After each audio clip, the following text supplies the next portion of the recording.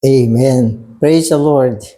So mga kapatid, mag-uumpisa na tayo ng ating morning revival preview. At ang schedule natin ngayon ay week 39, day 3.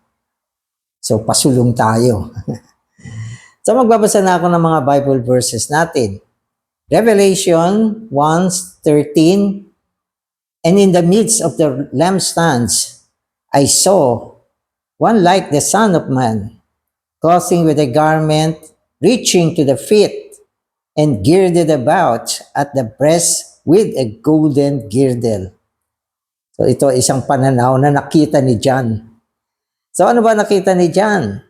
Nakita niya sa gitna ng mga gintong patungan ng ilawan. Merong isa na ang kanyang itsura ay anak ng tao. At siya ay nakasuot ng isang balabal at umaabot ito sa kanyang mga paa.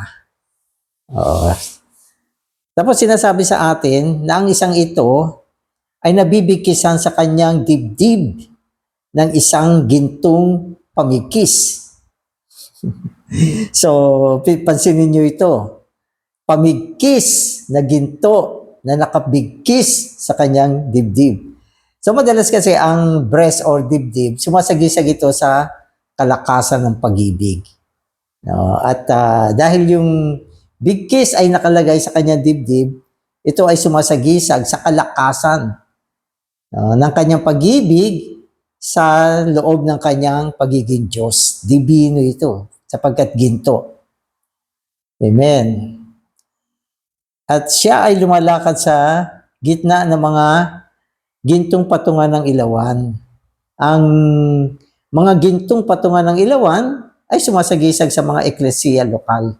At sa gitna nila, lumalakad ang Panginoon dyan. Ibig sabihin, hindi niya iniiwanan yan. Inaaruga niya, pinapastol niya, inaalagaan niya, no? At kanyang pinangangasiwaan ang eklesiya. So Ephesians 5:29, for no one ever hated his own flesh, but nourishes and cherishes it, even as Christ also the church. So ito naman verse na ito sinasabi sa atin na ang eklesiya ay ang kanyang katawan. No, dahil ang eklesiya ay kanyang katawan, hindi niya kamumuhian ang eklesiya na kanyang katawan. Sa halip, ito ay kanyang tutustusan at kakandiliin. Nourishes and cherishes. Pakakainin, no? Palulusugin, no? Pasasaganain, at kakandiliin. Cherishes. Amen. To cherish people is to make them feel happy and comfortable. To nourish them is to feed them, to give them something to eat. So, dalawang bagay ang binanggit dito. Ang pag-cherish ng tao o pagkakandili. No, ito ay ang gawin mo ang mga tao na masaya at komportable. Cherishing yan pagkakandili yan No, gagawin mo silang masaya at komportable. Para bang yung mga ina, no, pag kanila chine-cherish yung kanilang mga bata, kasi ang mga bata minsan ay madali magtampo. No, minsan ayaw nila kumain. No, kaya yung ina, kinakandili niya, ginagawa niya masaya yung bata. Minsan kinikilit.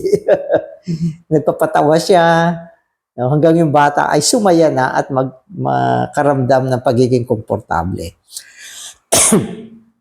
Excuse. So, ibig sabihin, yan ay isang uri ng pag-aalaga. Huwag mo lang isubo yung pagkain sa bibig niya na siya ay hindi masaya. Hindi pwede yung ganun. Kailangan pasayahin mo muna. At gawin mo siyang komportable. Okay. At ang susunod dyan ay ang nourishing. Pagpapakain. Bigyan mo siya ng pagkain. Yan ang nourishing. Kung walang pagkain, walang nourishing. So, ganun ang ginagawa ng Panginoon sa eklesiya. Kinakandili, pinapasaya, ginagawang komportable, at binibigyan ng makakain. Amen. As the Son of Man, Christ, as the High Priest, is taking care of all the churches as lampstands. On the one hand, he is cherishing the churches in his humanity. On the other hand, he is nourishing the churches in his divinity. When we visit people, invite them to our home, or contact them before and after the meetings, we must be one with Christ to cherish and nourish them. Amen. Amen.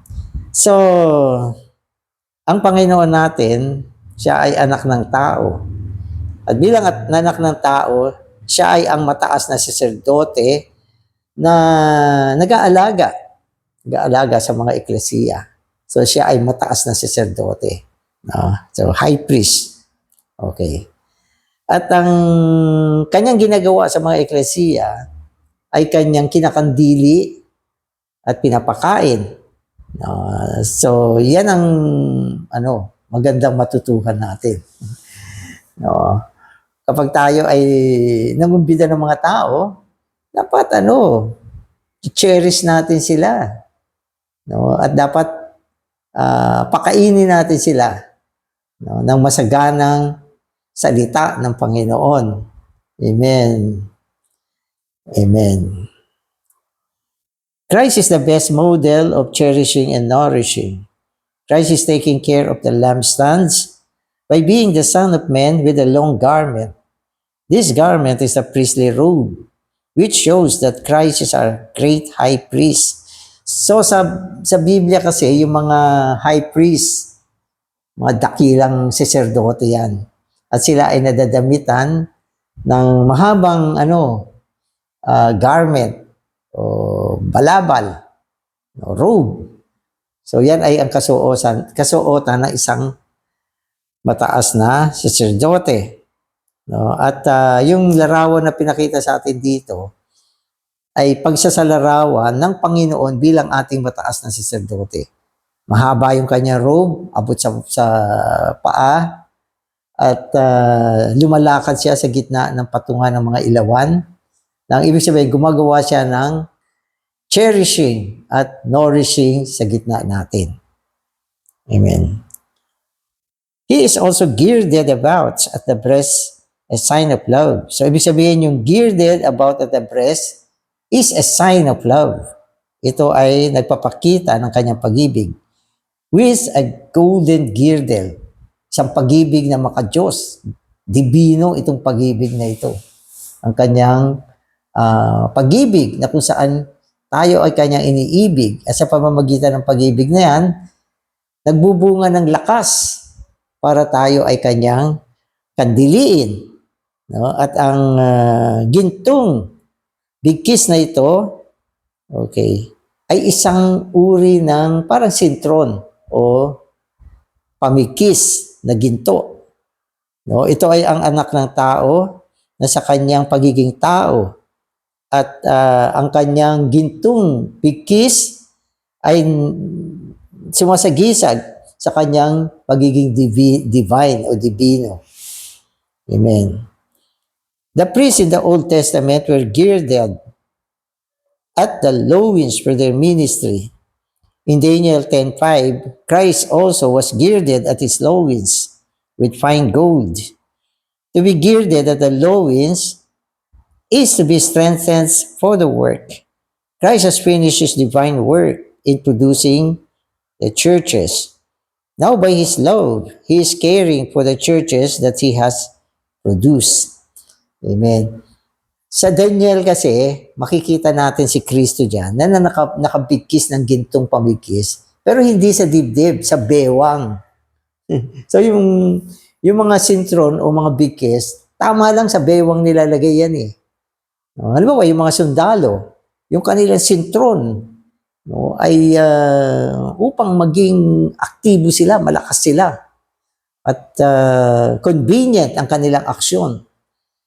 No, kasi kung wala kang sintron na mahigpit, so yung pantalo mo, gagalaw yan, hindi ka makakatakbo, hindi ka makagalaw. Kaya kailangan yan, mahigpit at nasa bewang yan, mismo bewang. Hindi low waist. kundi high waist siya.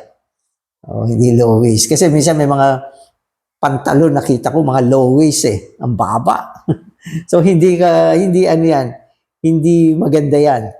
No? Sa pagkilos. Dapat high waist siya at mahigpit yung sintron mo. So yung mga militar, ganyan. Yung kanilang mga sintron, adjusted yan. Matihigpit yan. At mataas yan. No? At sabi rito, ito ay sumasagisag sa kalakasan. So, sinasabi rito na yung mga pamigkis o sintron na nasa bewang, no, ay kalakasan sa paggawa. No, so, may isang time na si Kristo, ang kanyang pamigkis ay nasa bewang niya, gintong pamigkis. At ito ay sumasagisag sa kapanahunan na siya ay nagle-labor, gumagawa. At pagkaraan ng isang panahon, naibunga niya ang eklesiya. Na siyang bunga ng kanyang paggawa, na sinasagisag ng kanyang pamigkis na nasa bewang noon. So may eklesiya na. Okay. So pagkatapos nito, okay, pinastol niya ang eklesiya na kanyang naibunga. Pinastol niya. At sa panahon ng pagpapastol, yung kanyang pamigkis na dati nasa bewang, nasa dibdib na ngayon. Na ang ibig sabihin nito, sabi rito, Christ has finished His divine work in producing the churches. Now, by His love, He is caring for the churches that He has produced. So, yung gintong pamigkis ngayon, wala na sa bewang. Kasi tapos na yung kanyang paggawa. Naibunga na ang mga eklesiya. Kaya yung pamigkis niya, nandun na sa kanyang dibdib. Na kung saan sumasagisag sa kanyang pag-ibig sa eklesiya na kanya naibunga. No, at itong pamigkis niya ngayon nasa kanyang dibdib, no, at ang kanyang pagsasagawa upang alagaan sila. No, pakainin, no, at i-cherish, kandiliin ay sa loob ng dibinong pag-ibig na sinasagisag ng gintong pamigkis na nandoon na sa kanyang dibdib. Wala na sa bewang. Now He takes care of the churches with a girdle, not on His loins, but on His breast, signifying love. I hope we all could realize that in these days, even among us, Christ is wearing a golden girdle on His breast. So yung pananaw dito, ayan ang nangyayari ngayon. Pinakita sa atin na kung saan ang Panginoon ay pinapastol tayo sa isang pananaw na ang kanyang gintong bigkis ay nasa dibdib na niya. Ito ay pagpapakita ng kanyang pag-aaruga, pagkakandili, pagpapakain, ganap na pagpapastol sa atin ngayon bilang mga eklesiya na sinasagisag ng gintong patungan ng ilawan. Amen. So the totality of Christ in His divinity has become a girdle. Amen. The golden girdle signifies Christ's divinity becoming His energy, and the breast signify that His golden energy is exercised and motivated by His love. His love energy is exercised by and with His love to nourish the churches. No? So yung buong picture, ganyan at pinakita sa atin. Na sa panahon na ito, tayo ay inaalagaan ni Kristo sa isang pananaw na nakita ni John. Kung saan si Kristo ay merong bigkis na nasa kanyang dibdib na sinasagisag ng kanyang kalakasan, dibinong enerhiya, kasama ang kanyang dibinong pag-ibig. So, ang pag-ibig ng Diyos, dibino siya. Divine love. Zoe love o agape. Ang agape ay divine love. So, yan ngayon ang kanyang puwersa para tayo ay alagaan. Kasi alam niyo, ang pag-ibig, puwersa yan. Kalakasan yan. No? Kapag ang isang tao ay nagmamahal, malakas yan. Matatag. At ang kanyang kalakasan ay nanggagaling sa kanyang pag-ibig. At dahil ginto itong big kiss, nagpapakita na ang kanyang pag-ibig ay ginto, divino, pag-ibig ng Diyos, hindi nagbabago, hindi kumukupas. Isang pag-ibig na walang hanggan. At ang pag-ibig na ito ay ang pag-ibig mismo ng Diyos sa atin na kanyang mga tinubos. Amen. Christ take care of the churches as the Lamb stands in his humanity as the Son of Man to cherish them. Christ as our high priest takes care of the churches that he has established first in his humanity to cherish the churches, to make the churches happy, pleasant, and comfortable. Amen. So, ang Panginoon natin ay patuloy niyang inaalagaan ang mga eklesiya sa kanyang humanity, pagiging tao, bilang anak ng tao, upang tayo ay kanyang kandiliin. At si Kristo bilang mataas na saserdote ay nag-aalaga sa mga eklesiya na kanyang itinatag. Unang-una, tinatag niya sa kanyang humanity upang sila ay kandiliin bilang mga eklesiya. At upang ang eklesiya ngayon ay maging masaya, nakakaramdam ng kaluguran at may damdamin na pagiging komportable. Diba? So, ang sarap ng situation ng eklesiya ngayon. Habang pinakita sa atin yung picture na to, andiyan dyan ang Panginoon. Kinakandili tayo, inaalagaan tayo. Pinoproteksyonan tayo, pinapakain tayo. Ginagawa niya tayong malusog. Ginagawa niya tayong normal. Ginagawa niya tayo na nasa ilalim ng kanyang proteksyon. Siya ang mabuting pastol na siyang nagpuprotekta sa atin laban sa kaaway, laban sa mga masasamang elemento. So yan yung situation na pinakita sa atin sa aklat ng Apokalipsis, kung saan nakita ni Juan ang anak ng tao na nararamitan ng isang balabal abot hanggang sa kanyang paa. At ang kanyang bigkis ay ginto na nakabigkis sa kanyang dibdib. So yan ang nakita ni John. Amen. Christ cares for the lampstand by trimming the wicks of the lamps of the lampstand, just as the high priest did according to the type in the Old Testament. When the wick was burned out, it became charred and black. So the high priest had to come to cut off the black part of the wick. The charred part of the wick, the snuff, signified things that are not according to God's purpose, which needs to be cut off, such as our flesh, our natural man, ourself, and our old creation.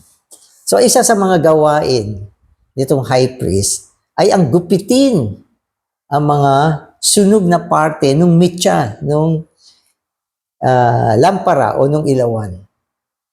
Sapagkat magdamag yan na may ilaw, may liwanag, at yung langis medyo nauubos, at yung mitya ay nasusunog. Kaya pagdating na medyo madaling araw, umuusok na yan. Hindi na maganda yung kanyang apoy. Madilim na kasi may uling na eh. Kaya yung mitya niya nagkakauling. Hindi mawawala yan. May uling na siya. Tapos yung mga saserdote sa lumang tipan, ginugupit nila yung uling na yan. Gugupitin nila yan. At lalagyan nila uli ng langis yan. Wow, ganda na naman ng liwanag niya. So yan ang ginagawa ng Panginoon. Ano ba itong mga sunog na mitya? Na mga uling na, maiitim na yan. Hindi na maganda yan. Itong mga ito ay sumasagisag. Okay.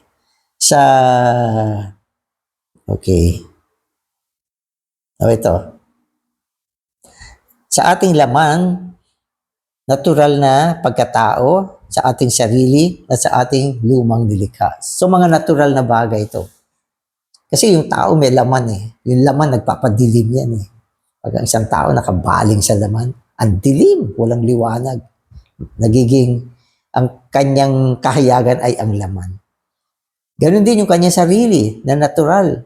Pag yan ang kanyang hinahayag, yan ay katulad sa uling na maitim ng mitya ng gintong patungan ng ilawan. No? At ano pa? Yung kanyang lumang nilikha, lumang tao, lahat yan ay mga uling. Ginugupit yan ng Panginoon. Ibig sabihin, itong mga lumang bagay na ito, laman, lumang tao, no? At ang ating lumang paglikha, lahat ng yan ay nagpapadilim sa ilawan. Kaya anong gagawin ng Panginoon? Gugupitin niya yan, gugupitin. Kaya yung buhay ng isang believer, mayroong pagtatapyas, mayroong paggupit, mayroong pagtutuos na ginagawa ang Panginoon upang maalis ang mga bagay na yan. At bumalik ang liwanag, bumalik ang pagsilay ng gintong patungan ng ilawan, at siya ay magliwanag sa panahon ng kadiliman. Kaya ang isa sa ating function ay ang magliwanag. Pero bago mangyari yan, gupitin muna ang mga negatibong bagay, ang laman, ang sarili, ang natural na buhay, ang lumang nilikha. Kaya sinong gagawa nito? Yung anak ng tao, ang Panginoon. Hindi natin ginugupit yung sarili nating uling. Hayaan natin ang Panginoon ang maggupit niyan. At ito ay nawawala sa pamamagitan ng kanyang pagtutuos sa atin. Tinutuos niya tayo, dinidisiplina, at pinapadalisay. So yan yung ginagawa ng Panginoon ngayon. Yan ay isang bahagi ng kanyang pagpapasakdal sa atin. Amen. They are living lamps. All the lampstands are organic. They are living lampstands. Since each church is a living lampstand, each church has much feeling. A church with charred wicks will not feel comfortable. Yung mga lampstand dito ay mga buhay na lampstand na sinasagisag ng mga believer bilang eklesiya.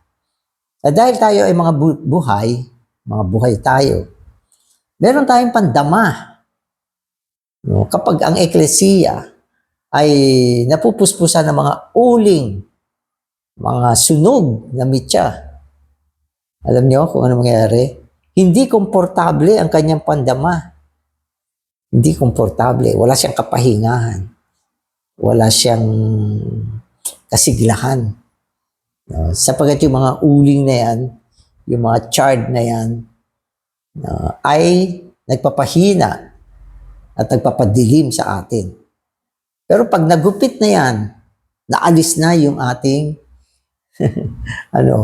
lumang tao, sumila yung liwanag sa pamamagitan ng Espiritu, ayan na. Tayo na ay magiging tamang mga gintong patungan ng ilawan na siyang patutuon ni Kristo sa panahon na ito. Amen. I thank the Lord that today in His recovery, He is the high priest in His humanity. We do not have a high priest who cannot be touched with the feeling of our weaknesses, but one who has been tempted in all respect like us, yet without sin. Praise the Lord. Siya ang ating mataas na saserdote sa kanyang pagiging tao. At yung mataas na saserdoteng ito ay hindi nahihipo ng damdamin ng ating mga kahinaan. So, ibig sabihin, hindi siya naaapektuhan ng mga kahinaan natin. Siya ay palagi malakas, mahina tayo, pero walang effect sa kanya yung mga kahinaan natin. So, yun ang sinasabi natin. Bagamat ang Panginoon ay natukso rin katulad natin. No, natukso tayo, okay? Pero ang Panginoon bilang isa na natukso rin, pero hindi siya nalaglag, hindi siya nagkasala. Si Adan natukso, Si Eva natukso. Ang mga unang tao natukso. At sila ay natisod. Nagkasala sila. Pero ang Panginoon hindi. Tinukso rin siya. Sinubukan siya ng dyablo na tuksuhin. Pero ang Panginoon natin, hindi naging mahina. Siya ay nanatiling malakas, no? At hindi nagkasala. Kaya ito ngayon ang isa na kwalipikado upang tayo ay alagaan, no? Upang patibayin, upang tayo ay hindi mahipo ng mga kahinaan.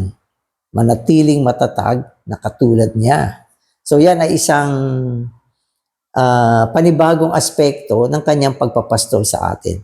Yan yung aspekto na ginagawa niya tayo malakas sa panahon ng mga tukso. Amen. Our Christ is the same as we are. He always sympathizes with our weaknesses in His humanity. He is the high priest in His humanity, taking care of us by cherishing us all the time. So maganda yung sinabi rito. So sabi niya, itong high priest natin, hindi nahihipo ng mga kahinaan. Ang ibig sabihin ng hindi nahihipo ng mga kahinaan, yung mga kahinaan natin, hindi siya naaapektuhan. Hindi siya naaapektuhan. Ang ibig sabihin ng hindi naaapektuhan, hindi siya humihina. Mahina tayo minsan, kasama natin ang Panginoon, pero yung kahinaan natin, walang epekto sa Kanya. Pero, sinabi rito, siya ay nagsisimpatya sa ating mga kahinaan. No? Sapagat siya ay tao rin na katulad natin. Nang ibig sabihin, hindi siya naapektuhan ng kahinaan, pero naiintindihan niya ang ating kahinaan. Sapagat siya ay tao rin na katulad natin. No? At dahil diyan, siya ay naging ating mataas na saserdote upang tayo ay kanyang alagaan. Hindi niya tayo itatakwil dahil mahina tayo. Hindi sasabihin ng Panginoon, ay hina-hina niyo pala. Hindi.